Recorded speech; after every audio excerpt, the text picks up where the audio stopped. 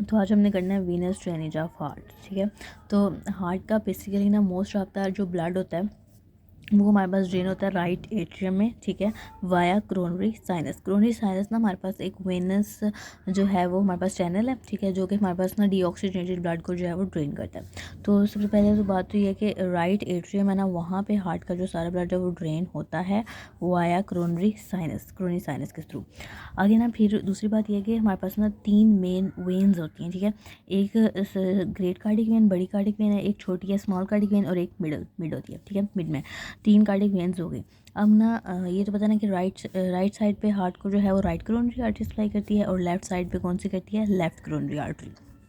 तो अब जो बेसिकली ये कहा जाता है कि हार्ट जो है वो लेफ़्ट साइड पे होता है, लोग कहते हैं। ठीक है, लेकिन ऐसा होता नहीं है। लेकिन वो याद करने के लिए रख लो कि समझो लेफ़्ट साइड पे हार्ट होता है, तो उसको जो है वो ग्रेट कार्डिक वेन, बड़ी वाली जो वेन है ना, वो लेफ़्ट साइड को सप्लाई करती है। सही है, तो इसलिए लेफ़्ट साइड को हमारे पास आर्टरी कौन सी थी, लेफ़्ट कोरोनरी आर्टरी। तो लेफ़्ट कोरोनरी आर्टरी हमारे पास जिस एरिया को सप्लाई करती है, ठीक है, उस एरिया को ग्रेट कार्डियक वेन ड्रेन करेगी।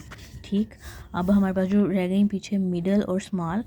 तो राइट कोरोनरी आर्टरी जिस एरिया को हमारे पास जो है वो सप्लाई करती है, उसको जो है वो मिडल और स्मॉल कार्डियक वेन्स जो हैं वो ड्रेन करती है।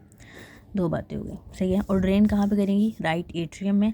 आगे उसके बाद आता है हमारे पास सारा ब्लड जो हार्ट का है ना, वो वाया क्रोनरी साइनस जो है वो ड्रेन नहीं होता राइट एट्रियम में, बल्कि कुछ हमारे पास एंटीरियर कार्डियक वेन्स भी होती हैं और कुछ स्मॉल वेन्स भी होती हैं, जो कि हमारे पास हार्ट के जो ब्लड को है जो ड्रेन कर देती हैं राइट एट्रियम में।